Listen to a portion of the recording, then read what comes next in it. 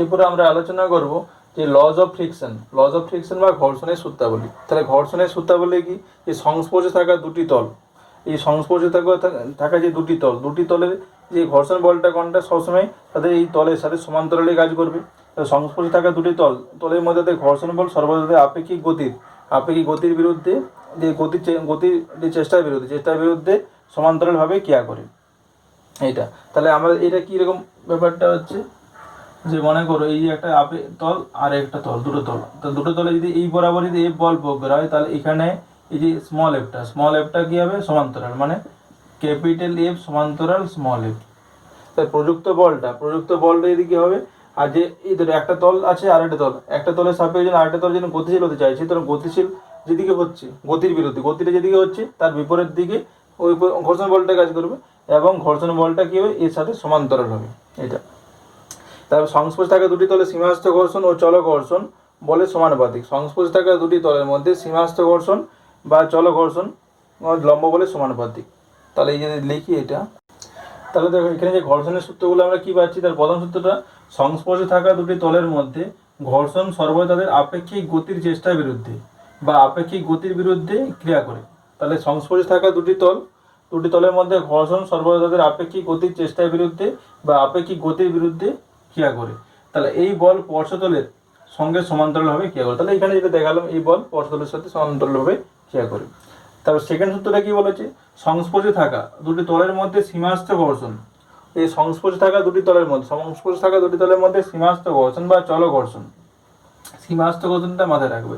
সীমাস্থ, এখানে যে কোনো চল ঘর্ষণের ক্ষেত্রে যে কোনো ঘর্ষণের মানটা নয়, সীমাস্থ মানটা নিতে হবে। তো সীমাস্থ ঘর্ষণ বা চল ঘর্ষণ লম্ব বলের সমানুপাতিক। সীমাস্থ ঘর্ষণ বা চল ঘর্ষণ লম্ব বলের সমানুপাতিক। আর এটা কি, যে যদি লম্ব বলটা ধ্রুবক হয়, এই লম্ব বলের মানটা যদি ধ্রুবক হয়, তাহলে সংস্পর্শে থাকা দুটি তলের মধ্যে ঘর্ষণটা স্পর্শতলের ক্ষেত্রফলের উপর নির্ভরশীল নয়। তাহলে সংস্পর্শে থাকা দুটি তলের মধ্যে যদি লম্ব বলটা ধ্রুবক হয়, তাহলে তাদের মধ্যে দুটি তলের মধ্যে ঘর্ষণ বলটা স্পর্শতলের ক্ষেত্রফলের উপর নির্ভরশীল নয়। আবার তাদের মধ্যে যে আপেক্ষিক গতিটাও নির্ভরশীল নয়। এই আপেক্ষিক গতিটা নির্ভরশীল নয়, যে আপেক্ষিক গতির মানটা যদি খুব কম থাকে, এই গতির মানটা যদি খুব বেশি হয়ে যায়, তখন কিন্তু এই আপেক্ষিক গতির উপরও কিন্তু নির্ভরশীল হবে। কিন্তু আমাদের এখানে যে আলোচনাগুলো করা হচ্ছে, আলোচনাগুলো আপেক্ষিক গতির মানটা খুবই কম। আপেক্ষিক গতির মান যদি খুব কম থাকে, তাহলে এখানে ঘর্ষণ বলের মানটা যে ঘর্ষণ বলের মানটা কি আপেক্ষিক গতির উপর নির্ভরশীল করছে না, এবং সংস্পর্শে থাকা দুটি যে তল আছে, দুটি তলের ক্ষেত্রফলের উপরও নির্ভর করছে না। এরপরে আমরা আলোচনা করবো যে স্থিত ঘর্ষণ সম্বন্ধে প্রথমে আলোচনা করছি। তা স্থিত ঘর্ষণ গুণাঙ্ক সম্বন্ধে আলোচনা করব। তা স্থিত ঘর্ষণের গুণাঙ্কের সঙ্গে আলোচনা করব, এবং চল ঘর্ষণ আলোচনা করব, চল ঘর্ষণ গুণাঙ্ক এবং চল ঘর্ষণ গুণাঙ্কের সংজ্ঞা এই সম্বন্ধে আলোচনা করব। তাহলে আমাদের কি প্রথমে কি আলোচনা করবো, যে স্থিত ঘর্ষণের গুণাঙ্ক। তাহলে এখানে দেখো, এখানে একটা টেবিল, মনে করো একটা টেবিল আছে, টেবিলের উপর একটা ব্লক আছে। তাহলে এই ব্লকের ওপর একটা অনুভূমিক বল প্রয়োগ করছিলে, অনুভূমিক বল একটা এফ প্রয়োগ করা হয়েছে। তাহলে টেবিলের উপর যদি একটা অনুভূমিক বল এফ প্রয়োগ করা হয়, তাহলে দেখবে যে এই অনুভূমিক বল প্রয়োগ করার ফলে এর উপরে যে দুটো বল, একটা বলের পরিবর্তে, যে আমরা বলেছিলাম প্রথমে লম্ব বল একটা কাজ করছে, কিন্তু যখন অনুভূমিক বল প্রয়োগ করছে, তখন একটা ওই লম্ব বলের সাথে সাথে আর একটা বলও কাজ করবে। যেমন এটার সাথে সাথে কি নিচের দিকে ডাব্লিউ যেমন কাজ করছিল, তাহলে উপর দিকে একটা লম্ব বল এন কাজ করছে, লম্ব বল এন, এবং এর সাথে সাথে একটা ঘর্ষণ বলও এফ কাজ করছে। তাহলে লম্ব বল আমরা এখানে কি দুটো বল পাচ্ছি, একটা হচ্ছে লম্ব বল এন, আর ঘর্ষণ বল স্মল এফ। তা দুটো বল পাচ্ছি। তাহলে এইখানে দেখো, আমাদের যে ঘর্ষণের যে সূত্র পড়লাম, সেখানে সূত্রটা কি পড়লাম, যে ঘর্ষণ বলটা হচ্ছে, যে ঘর্ষণ বল লম্ব বলের সমানুপাতিক। যে আমরা যে ঘর্ষণের সূত্র বলে থেকে কি পেলাম, যে ঘর্ষণ বলটা কার সাথে সমানুপাতিক, এই ঘর্ষণ বলটা লম্ব বলের সমানুপাতিক, মানে এফ প্রপোর্শনাল টু এন, বা এফ সমান যে মিউ ইনটু এন। এই যে মিউটাকে বলা হচ্ছে, এটা হচ্ছে ঘর্ষণ গুণাঙ্ক,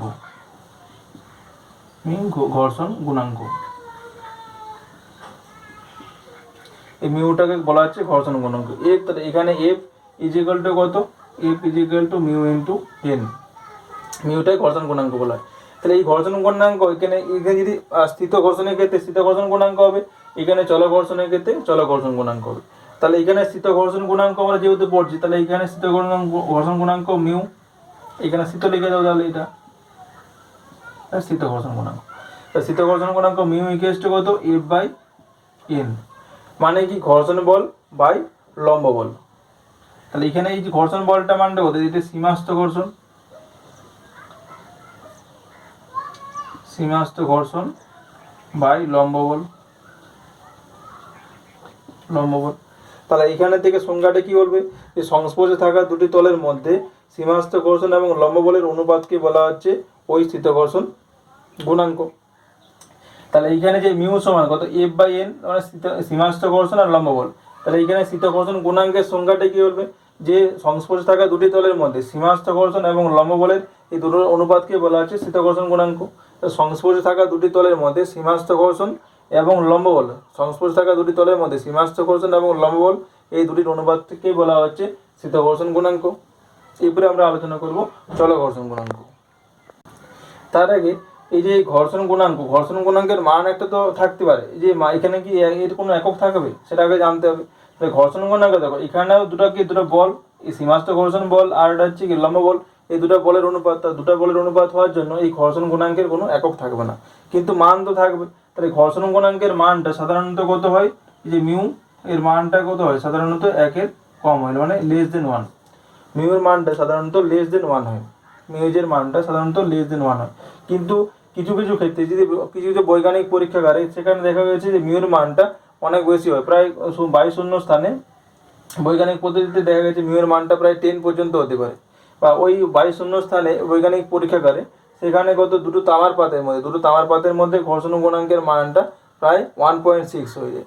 বা ওই সময়ই ক্ষেত্রে দুটো কাচের টুকরো যদি পাত নাও, দুটো কাচের মধ্যে ঘর্ষণ গুণাঙ্ক কিন্তু 1 হয়ে যায়। তাহলে সাধারণ কেসে কি হয়, মিউর মানটা 1 হয়, তবে বিশেষ কোনো ক্ষেত্রের মান মিউর মানটা 1-এর থেকে বেশি হয়। তাহলে 1-এর থেকে বেশি কোথায় হবে, যে বৈজ্ঞানিক পরীক্ষাগারে 22 স্থানে যদি বৈজ্ঞানিক পরীক্ষাগারে সেখানে মিউর মানটা এই যে 1-এর থেকে বেশি, প্রায় 10-এর কাছাকাছি 10 পর্যন্ত হয়ে যেতে পারে।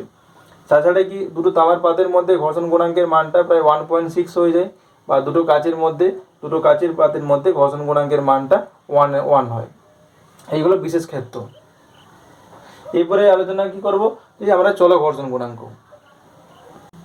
ঠিক আছে, চল ঘর্ষণ আলোচনা করার সময় ধরো এই টেবিল আছে, টেবিলের উপর একটা ব্লক আছে, এই ব্লকটা কি এটা সামনের দিকে এগিয়ে যাচ্ছে। তাহলে সামনের দিকে মনে করো এই যে এইদিকে গতিটা কোন দিকে হচ্ছে, এইদিকে গতি এদিকে হচ্ছে। তাহলে গতি এদিকে হচ্ছে, আর এই লম্ব বলটা কোন দিকে কাজ করছিল, এই গতি এদিকে হলে আমার প্রযুক্ত বলটা, মানে এদিকে প্রযুক্ত বল এটা দেওয়া হয়েছিল, তাহলে প্রযুক্ত বল F দেওয়ার জন্য গতিটা এই বরাবর হচ্ছিল, এবং গতি এই দিকে হওয়ার জন্য আমরা দুটো বল পাচ্ছিলাম। একটা হচ্ছে কি লম্ব বল, এখানে দুটো বল পাচ্ছি, লম্ব বল N আর ঘর্ষণ বল, এখানে ঘর্ষণ বল। যেহেতু এটা চলমান, সেই জন্য আমরা চল ঘর্ষণের বলের মানটাকে বলের মানটাকে F' ধরছি। তাহলে দুটো বল, একটা লম্ব বল, একটা হচ্ছে ঘর্ষণ বল। তাহলে এখানে দেখো আমরা যে ঘর্ষণের সূত্র থেকে আমরা কি আছি, ঘর্ষণের সূত্র থেকে আমরা পেয়েছিলাম এই যে F' এর মানটা কত হবে, F' প্রপোর্শনাল টু n হবে। এই F' প্রপোর্শনাল টু n মানে ঘর্ষণ বলটা লম্ব বলের সমানুপাতিক। তাহলে এখানে চল ঘর্ষণ বল, তাহলে চল ঘর্ষণ বলের মানটা F' প্রপোর্শনাল টু n হচ্ছে। তাহলে F' সমান কত হবে, F' সমান মিউ ড্যাশ ইনটু n। এই যে মিউ ড্যাশটাকে এটাকে বলা হচ্ছে চল ঘর্ষণ গুণাঙ্ক, মিউ ড্যাশকে বলা হচ্ছে চল ঘর্ষণ গুণাঙ্ক। এই মিউ ড্যাশের মান হচ্ছে চল ঘর্ষণ গুণাঙ্ক। তাহলে এখানে এবারে এই যে চল ঘর্ষণ গুণাঙ্ক পেলাম আমরা, এই চল ঘর্ষণ গুণাঙ্ককে আমরা সংজ্ঞা আকারে বলতে চাই। তাহলে মিউ ড্যাশ সমান কত লিখবো, মিউ ড্যাশ সমান F' by n, mu dash সমান F' বাই n। তাহলে এই যে মিউ ড্যাশ সমান F' বাই n মানে কি, যে এখানে আছে ঘর্ষণ বল। তাহলে সংস্পর্শে থাকা দুটি তলের মধ্যে যখন আপেক্ষিক গতি থাকছে, তখন এই এখানে কি চল ঘর্ষণ বল এবং লম্ব বল এই দুটোর অনুপাত, চল ঘর্ষণ বল এবং লম্ব বল এই দুটোর অনুপাতকে বলা হচ্ছে চল ঘর্ষণ গুণাঙ্ক। মানে এটাকে চল ঘর্ষণ বল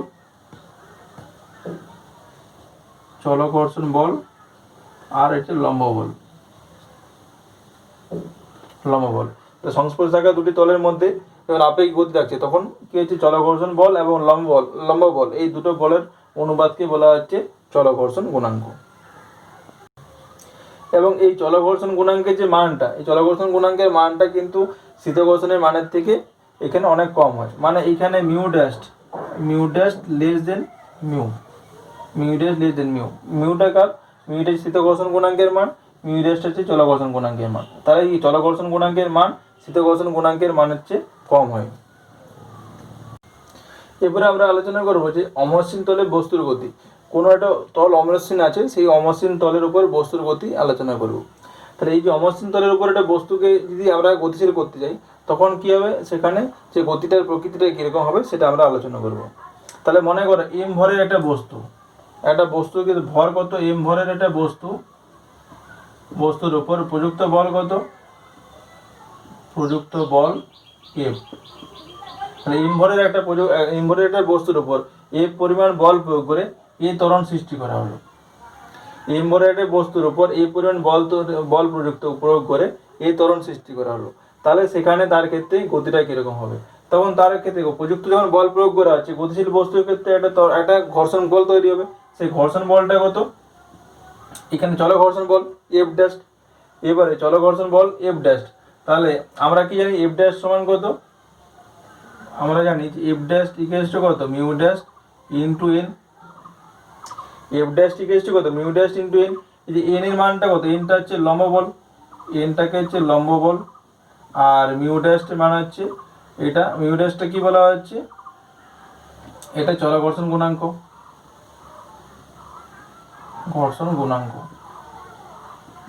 তাহলে এফ ড্যাশ সমান মিউ ড্যাশ ইনটু এন। তাহলে আমাদেরকে এখানে মোট লব্ধি বলটা কত হচ্ছে, লব্ধি বলটা আমি এই পরিমাণ বল প্রয়োগ করছি, আর ঘর্ষণ বলের জন্য বাধা বিপরীত দিয়ে বলটা কত হচ্ছে এফ ড্যাশ, লব্ধি বলটা এফ মাইনাস এফ ড্যাশ সমানই হচ্ছে ভর ইন্টু ত্বরণ। তাহলে বস্তুর গতির সমীকরণটা কত হচ্ছে, F minus F dash equals to M into A. তাহলে এফ ড্যাশের মানটা বসাও, এফ ড্যাশের মান কত, এফ ড্যাশের মান mu dash into N, mu dash into N is equal to M into A. তাহলে বস্তুর এখানে আমরা যদি ত্বরণটা বের করি, ত্বরণ এ সমান করতে হবে, এ সমান F minus mu dash into N by M. তাহলে এই যে বস্তুটাতে ত্বরণ কত সৃষ্টি করা হচ্ছে, এ ত্বরণ সৃষ্টি করেছিল, এই ত্বরণের মানটা কত হচ্ছে F minus mu dash into N by M. তাহলে এই বলের একটা বস্তুকে যদি এ বল প্রয়োগ করা হয়, তাহলে ত্বরণটা মান কত হবে, এই ত্বরণের মান হচ্ছে F minus mu dash N by M.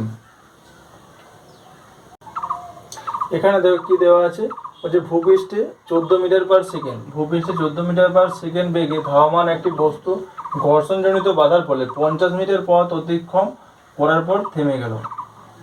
মানে কি, এই বস্তুর প্রাথমিক বেগটা কত ছিল, 14 মিটার পার সেকেন্ড, তারপরে কতটা পথ অতিক্রম করছে, 50 মিটার পথ অতিক্রম করছে, তারপরে বস্তুটা থেমে যাচ্ছে।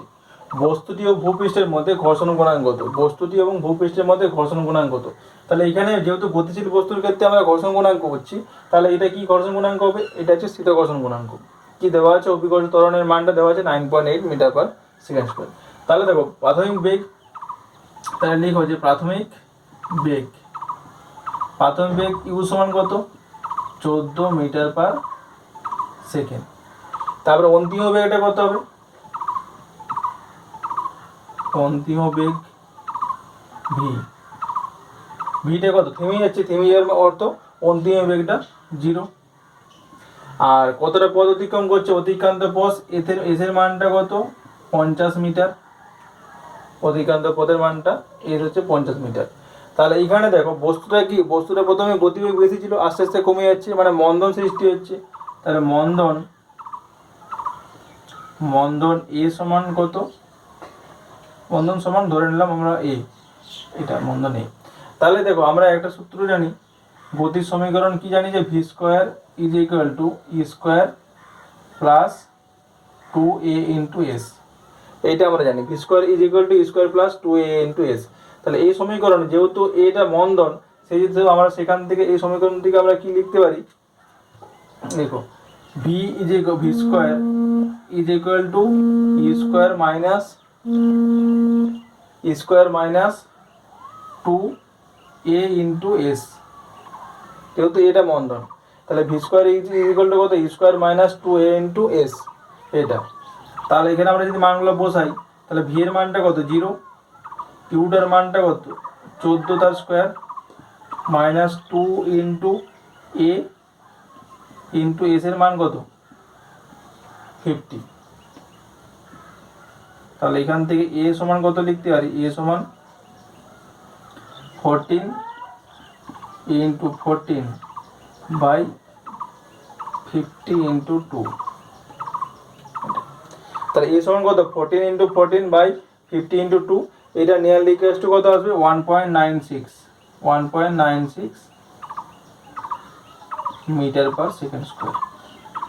তাহলে এর মানটা কত আসছে 1.96 মিটার পার সেকেন্ড স্কোয়ার, এই মানটা আসছে। তাহলে আমাদের এই ত্বরণটা আমরা পেয়ে গেলাম। এবারে বলছে বস্তু দিয়ে ভূপৃষ্ঠের মধ্যে ঘর্ষণ গুণাঙ্ক কত।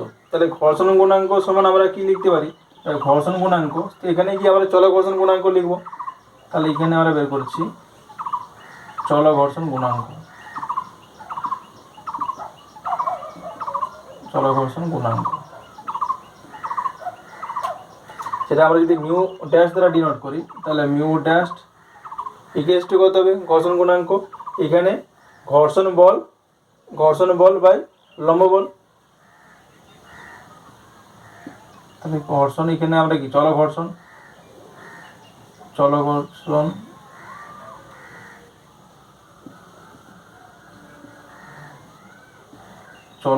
বাই লম্ব বল। তাহলে চল ঘর্ষণের মানটা কত,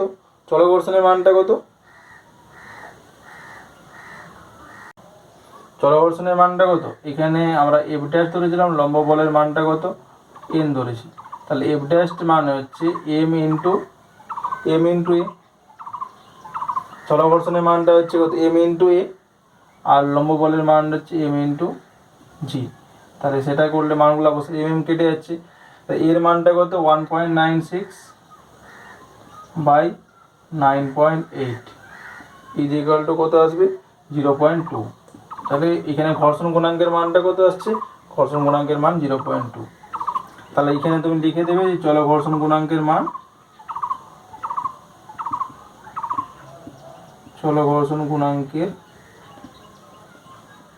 mu dash is equal two 0.2, এটাই অ্যান্সার।